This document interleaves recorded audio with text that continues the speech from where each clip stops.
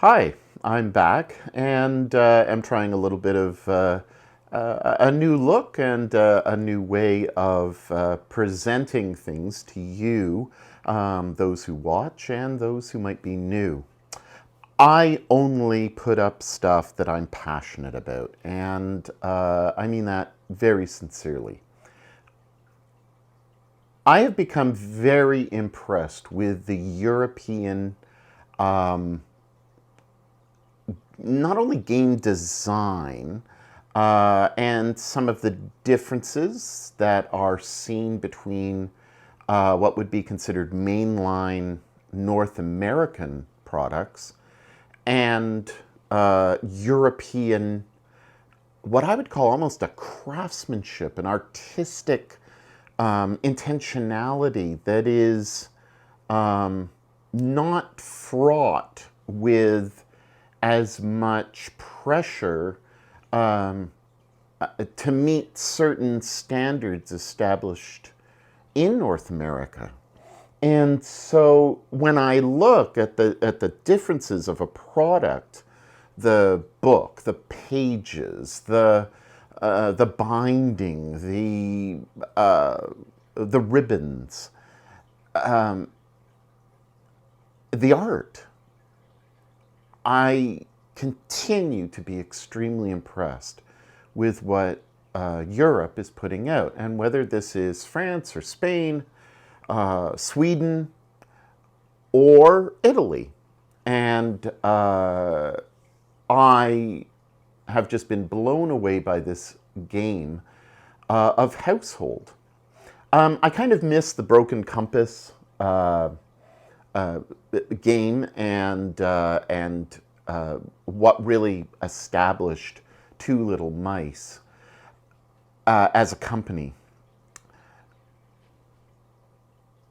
The product that is HouseHold, from the standpoint of just its beauty, and let's face it, if anybody can buy PDFs, but if you're buying the game as books and you're investing in it, this is a game to invest in, absolutely. Now, this is only the kind of HouseHold Volume 1, and this is heavy in and of itself, and I've got a book and a screen out of it. It opens up in a kind of weird way. I like it, but I think that some people may say, it opens up too weird. And when you get out the books, you have to kind of pull it out. There are 3 books and a map. The map is on a candy thing. If you've watched any other video, everybody makes a big deal about it. It's very cute. And that's my worry, is that you as a consumer may say, well, it's very cute, it's for kids, it's for youth, it's not really compelling playing a bunch of fairies in a particular house. It doesn't really lead to hex crawling. Its mechanics seem as if they're very light, and I really don't want to go around flying with little wings. Don't be fooled.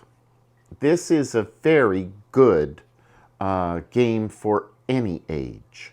And in fact has some darker elements to it, such as war. Now, at this time of recording, the Israeli Hezbollah war is going on. And so when you're playing with younger people, any type of war theme has an effect if they're watching the news. So there does have to be some awareness of that. Obviously, it's not the same, but this is crafted in a period of time where you're looking at, say,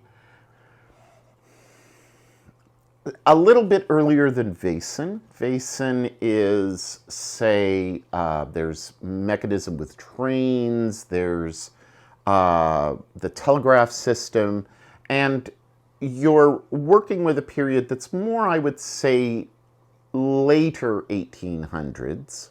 1870s, 1890s. You could push it to about the 20s, I think. But this would be set more towards the earlier 1800s, so 1810s. So Napoleonic period. Think Europe in that time. If you have any knowledge of the Napoleonic wars and the great military strength of certain nations. And that's why I've pulled out the other book. Now, before I go to that other book, you've got a book that's specifically for a reliving of the history of this world of household. And so this book is really kind of the playbook. It provides you with many different scenes, and the first set out of the chapters is done in a way, and I may have got that term incorrect. No, chapters. So chapter 1 is very well defined, and you have scenarios, 6 scenarios with that take place around in different areas of the house. And I'll explain that in a second, but essentially you get 4 characters with the option of adding in another 2 that are in the area at that time because it's a history. And the way that the book comes out, all of these books, is as narration, where they're approaching you and saying, and one individual is saying, this is the history, and is presenting it to you as history. It's not a rule book where, okay, you do this and you do that, and you cross your T's and dot your I's and roll your dice. There's a fluidity about it that I think is very compelling because it tells a bigger story of a war that has taken place in the household. You may say, well, it's limited. You're only in one house, but you're not I think some of the images are deceptive. You're not talking about a fairy that's this big all the time. There are times when the fairy may be, compared to us, this big. There may be other times when the fairy is like a millimeter tall. To go from here, underneath, say, in a city that's underneath the chair, over to, say, across about 4 real feet away, it may take them 2 days of travel. It may take them 3 days of travel. Your distances are part of the mystery. And so hex crawling can certainly happen as you move, ebb and flowing between the different sizes. Some of these fae have key guns. And so you'd think, well, a key is about that big.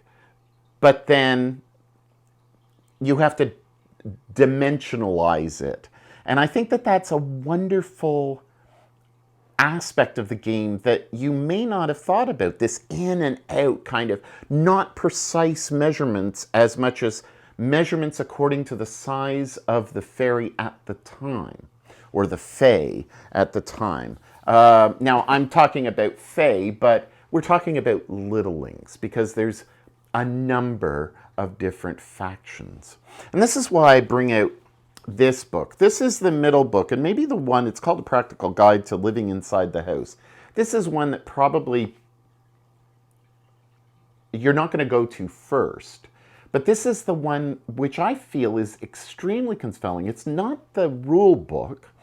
It's basically the way that you, as a GM or narrator, can give your players the depth of filling out what's going on. So I said that there's 6 full scenarios in the chapter. Well, as you go to the next chapter, you get an outline of what needs to happen. And then it's in your hands. And I think that that's brilliant, because you have the creativity and the license to go beyond. So it's not as railroady as you think it may be. In fact, you're living out a history, and how that history plays out is going to be dependent on how you play. So this book, this practical living guide, has some images which I feel are exceedingly important. Now, this is the armed forces of the realm. It takes a predominant part of this book, and every chapter has these images of the soldiers going all the way up to the highest rank. So you have honor, you have gendarme, all the way up to the general. And these images are very evocative of that Regency period, if you're looking at it from a British perspective.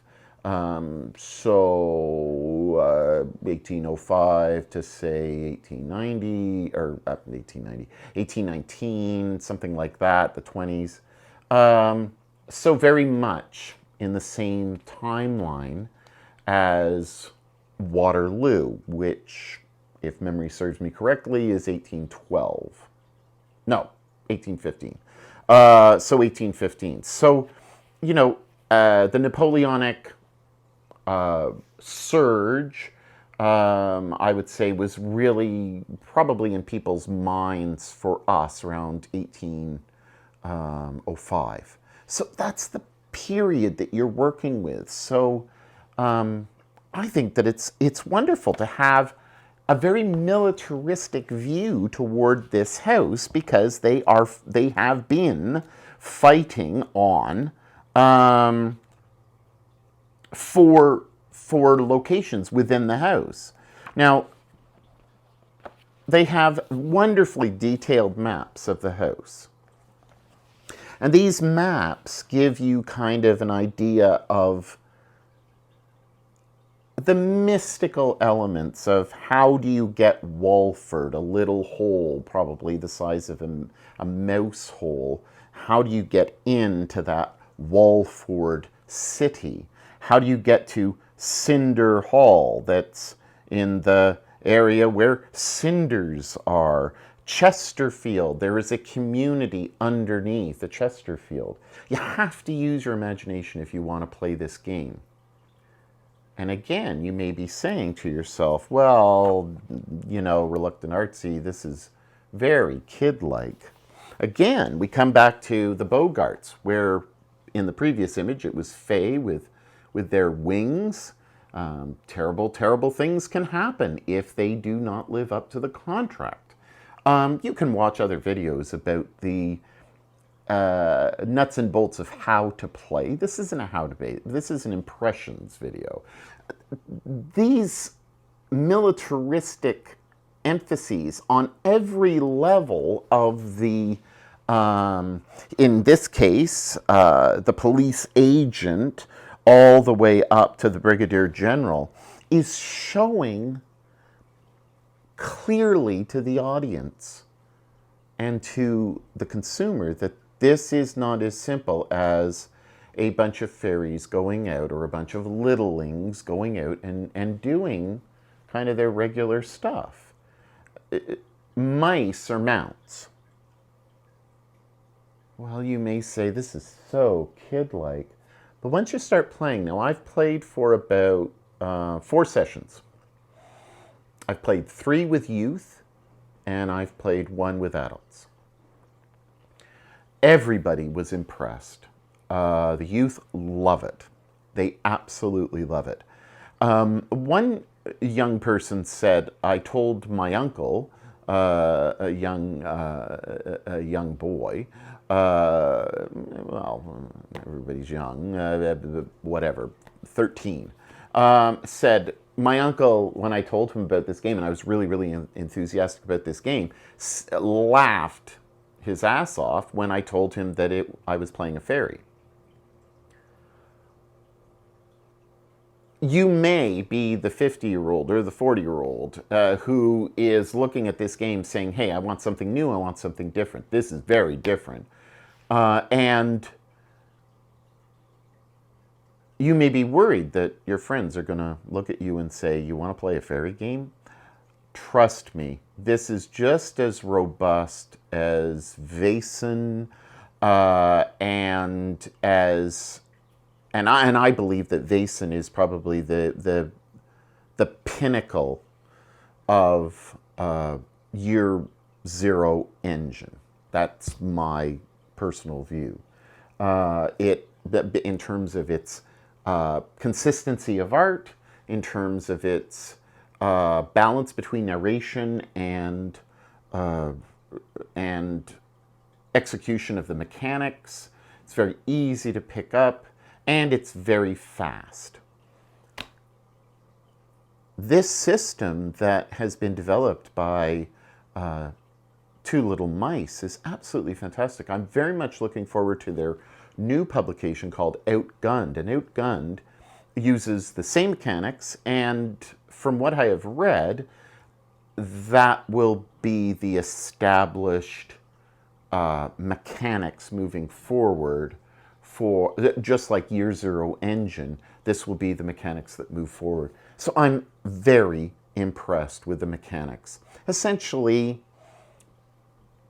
a pair of twos, pair of threes, pair of sixes, they all don't, it doesn't matter what the number is, it matters that you have a pair. That's basic success.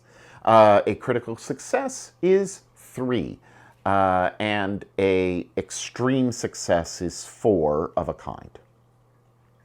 There's no straight flushes or any of that stuff. You're just trying to get sets. If you get a basic success or a critical success, you can push, as it were, and try to give yourself another opportunity. But that means that if you have one success, now that means either critical or extreme, or, you know, and you wouldn't be probably rolling on an extra dice for an extreme. But if you've got one success, you can re-roll. If you have no successes and you just have kind of all sorts of different numbers or symbols, you can't re-roll. You fail. And failing has been described in the book as being opportunities that have complications, more than failure that puts the littlings and the players at a complete standstill. The whole point of this game is to move along. Life continues. The world is continuing. History is continuing as you are writing it. And it is being written around you. And I think that's the way we should see all role-playing games personally.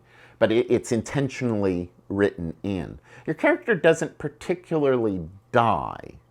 Your character fades out of a scene, falls through one of the cracks in the floor, and ends up in the underneath.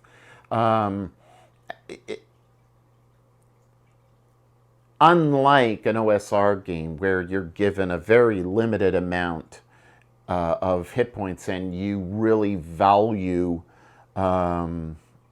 every decision that you make, this is much more daring. And Outgunned is intentionally a daring game when it comes out. You can already purchase the PDF, and I have, and it's a wonderful game. Very fast-paced, very much like Die Hard, very much like James Bond, very much like Fast and Furious. This type of cinematic experience, whereas this is definitely more narrative. Don't get me wrong. This is absolutely a narrative game, but your rolling requires kind of bidding. And you may say, okay, well, I'm going to give in an ace. Everybody has a certain amount of aces to begin with. Some have a joker. And a joker is going to give you more powerful successes. So like you trade it in for an extreme success. These get given back to you for absolutely outstanding play. Aces return in a different manner, but aces can be of the 4 suits. Those suits represent various aspects of the character. So Um, it's it's great. So I'm going to show you what I have, and then I'll explain this character differentiation. So this is my traveling little box. If you're wondering, of course, I've got 4 sets of dice for the young people. The GM or narrator very rarely is rolling, and I think that that is good in this game. I like to roll as a GM, and I do miss it, but the game is just so fantastic. Now, I spoke about aces. Here are the aces that come with the game.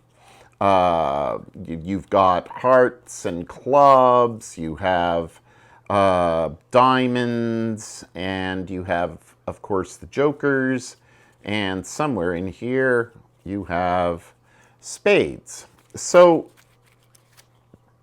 the different kind of, I guess, denominations would be divided up into society, academia, war, and street. So the street is the spade, the war is the club, the academic side is the diamond, and society is the heart. In society, you have art, charm, eloquence, etiquette, and grace. In academia, you have care, craft, culture, insight, and investigation. In war, you have athletics, authority, fight, strength, will, and in street, you have caution, dexterity, illusion, an illusion as such as eluding something with an E, not illusion. English is a lovely language. Exploration and shoot. Now, they only give you 4 hearts or clubs or whatever in each of these skills. In the attributes, like society, academia, war, and street, you only have 2. Now, these are combined. So society will go with, art, and you'll get 4 dice. So generally, in the beginning of the game, you have 4 dice to roll. And 4 or 5, sometimes 3, if you're not that great in it. It works out very well. There's a lot of tension and a lot of stress with the rolling of the dice. There's a lot of choices that need to be made, and you have to decide whether or not you're going to give up an ace. You get to choose. You mark the skill first, and then you justify that skill with the attributes. So you can say, well, I'm going to do fight, but instead of using war, you might say, well, I'm going to use street for this. And you may have a higher number of points in that. So maybe in war you only have 1 dice, whereas you'll have 2 dice in street. You add that, of course, to your skill, and you get about 4 dice, 5 dice, as I've said. 5 dice is kind of max at the initial stages.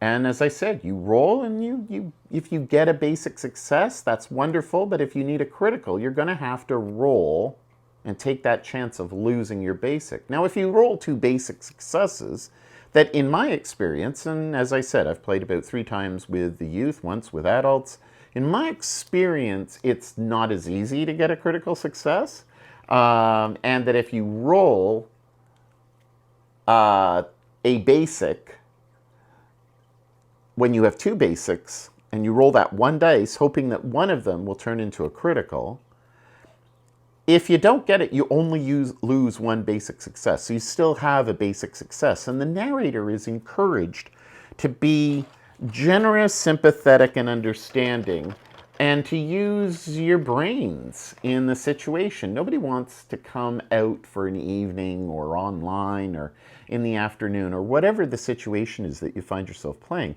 Nobody wants to end up being disappointed and feeling pissed off because their role so utterly failed that everything came to a standstill and that now they have to go and play another character. I think that there is a mindset that you have to accept that's going to say, yeah, I love my character dying and starting anew. Well, in this game, as I said, your characters don't die per se, but are kind of taken out of action. But if you want to play it as I think it's intended to be played, once you finish a particular chapter, a particular scene in the chapter, you move on to another one, which has different players. So if you want to play different characters, you have that opportunity. You don't have to stick to one. And you don't have to stick to the 24, or I think it is now 30 characters that are given to you as pre-gens to play, because they are part of the history of this place. Now, I've brought out a miniature. In the Kickstarter, they came out with miniatures. There's another box that has a certain amount of miniatures. I believe that it's 12 miniatures in there, plus they have a number of wonderful things, such as beautifully designed cards with cardstock that has, they're booklets of each character that they have produced. So I think there's 30. And also of the house of the particular cities, and of course these, and mini cards. I'm not a fan of mini cards, maybe because I'm getting older and my eyesight is not as great. I already have, bifocals. But I just find in my hand there's not as good of an experience as having a larger card. But if that's my only gripe, that's pretty good. The miniatures are absolutely paintable. They are fantastic. I like the detail on them. They are very detailed, all things considered. I would say that this is very, very good. Certainly, it's not up to the same standard as Warhammer or Games Workshop, I should say. But it is absolutely better than almost all of the miniatures that I've seen coming out of games. Very detailed, lots of painting possibilities. You can do a quick kind of color wash and use the kind of magic color or whatever it's called. Or you can, put, the regular old Citadel or whatever color on it. So this is kind of my setup. It does come, now this is the base game, comes with everything, right? So it's not individual books. You're buying the big, massive thing that I just showed you in the beginning. This comes with this is one of the best screens that I have ever seen. And the reason is it comes with everything. Look, there's no art. There's no wasted space. Thank you very much, 5th edition. There's no wasted space. It is packed with the rules, and the rules are there for you as a GM to be able to, or narrator, to really sink your teeth into and get the answer right away if you are at all needing more. And if you saw it for that brief second, you'll see that it's quite expansive. The rules are not light as you would think. So I think I'm very, very impressed with this game. If you've bought the Kickstarter, you get lovely little pouches. You can, I believe, eventually buy the HouseHold dice set. You don't need it. So this is really for somebody who really is in love with it and wants to go forward. But they are really beautiful. They're etched. They're not printed. They're etched in lovely little colors. I find that the youth were able, when I played with adults, I played online, so but there was automatic rolling. But with this, the youth do recognize patterns faster than pips or numbers for some reason. But you can easily do that. When it comes to monsters and playing with monsters, you are, now it doesn't come with monsters. So you don't have spiders and centipedes and stuff like that. Just imagine that anything that is small for us is massive for them. The monsters really have timelines in their, as they take stress. So stress is like hit points. So as you go down the list, there's going to be kind of a more starry edged square. And those indicate special movements for each of these, well, monsters, challenges. So when you're facing them, as you make your hits, the possibility of that will definitely trigger. And once you get that trigger, so in the case of a spider, the spider is going to send out its silk and try to wrap up everyone in the party. And so there's the equivalent of a dexterity roll, a move roll. You're trying to elude. So you would use elude and street, or elude and war. So you're trying to elude it using your dexterity, if you want to use such a term. But I like elude, and I must say, one of the things that really impressed me in this book is they do not dumb it down. They are using higher level language. So where most books I've read for role playing, certainly the ones that are more popular, are written for, say, the 12-year-old or maybe that type of level, maybe even 10-year-old level of reading. Very, very basic, very easy to understand.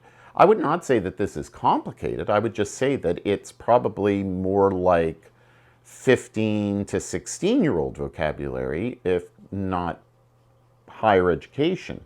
Using illusion as a skill term is brilliant, but it also leads to confusion, as some people don't understand the articulation between illusion and illusion. So again, every element kind of leads me to this passion for this game. I'm very, very happy to be playing this. At the moment, I have my mind in like five different things I have my fingers in. So here's one of the box sets. This is set number 2. As you can see, I have a couple of players using those other 2 characters, but very, very detailed. I don't know if it will properly show, but excellent. Love everything about their products and how they've made everything, as I've said.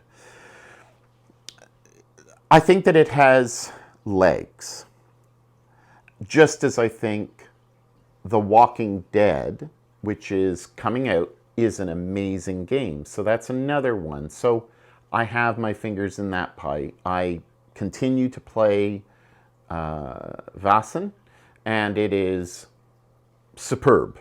It's beyond superb. And I think that all of the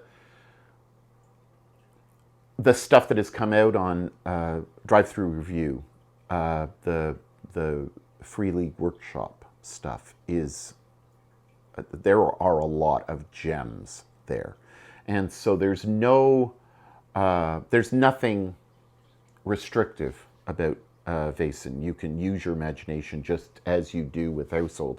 I think HouseHold has a lot of potential for any gamer. So both of those are brilliant. The Walking Dead, again, for me, is just a brilliantly designed and executed game. It makes sense. It has that feel. And so this is fantastic. I'm going to be reviewing the next one that I'm interested in a video that will come out almost immediately. I'll be dressed the same even. That's Solemn Vale. And Solemn Vale is a folk horror, and I'll talk about that more in the next video. And and I'm playing Tor, I'm playing the One Ring, I'm playing Conan. That's going to wrap up in maybe 3-4 sessions, something like that, and then we'll turn to something else most likely. But I'm interested in Cult, and KULT, and Divinity Lost. Dark, slasher-esque, violent. I will give my impression of Solemn Veil in the next video, but I will say this. I think folk horror has an edge over violence, where folk horror is more psychological and slasher is evocative almost to the point of being funny more than it is scary. But that is a debate for the ages. So, HouseHold is just an absolutely fantastic game. It doesn't matter how old you are going to appreciate it. I think that its edge is a little more towards narration, but there are a lot of die rolls. Not overly so, not cumbersome, but they're there. I would say that Vaesen, you're rolling less. You're still using 6-sided dice. You're still using the same similar mechanic of attribute, skill, add the 2 pools of dice together, roll, and with Vaesen you're getting a 6. So that's the success mark. In HouseHold, you are trying to reach either a set level of something that is relatively easy with a basic, or standard complication. So it is complicated at critical, and then of course, you know, if you're going for something that's extreme, it 4 of a kind is really extreme, and so there's a lot more push there and a lot of decisions that you have to make. So I think that Vaesen, you're not rolling as much. Here you are rolling a little bit more. I think that the stories are equally as vast with both, and don't get bogged down by the limitations of a house with 3 floors. I live in a house that only recently discovered that we have a big, massive larder in a unknown sub-basement that you can only get to through a ladder that's about 10 feet deep and about 8 by 8. Who knew? This is what happens when you live in over 200-year-old homes. So, you know, you can, as a narrator, build underneath and create your own. You can go up to the attic and design your own. There's no, just because it's within the bounds of a house doesn't mean that you should lose your imagination. I think the carpet with the mushroom forest and the pine forest because the Christmas tree has fallen down, these are excellent. And it's abandoned by humans. So, again, I can't speak highly enough of this game. I'm really impressed. Almost, maybe more so than with Starforged, and I was really impressed with Starforged. So, it ticks all the boxes. I hope that you invest in it. I'm going to be perfectly honest. It's going to cost, for Canadian, I think that it's $200 Canadian for that box with the screen, the map, and the 3 books. That's no dice or miniatures or anything like that. But I believe that it is worth it. It's something to have on your shelf, and it's something that's going to, if you love fantasy, this is going to scratch your itch. If you like darker fantasy, Vaesen. But again, the militaristic aspect in this is ever present, much more so than Vaesen. Vaesen is in the middle of nowhere pretty much most of the time, whereas this is much more urban than you would think.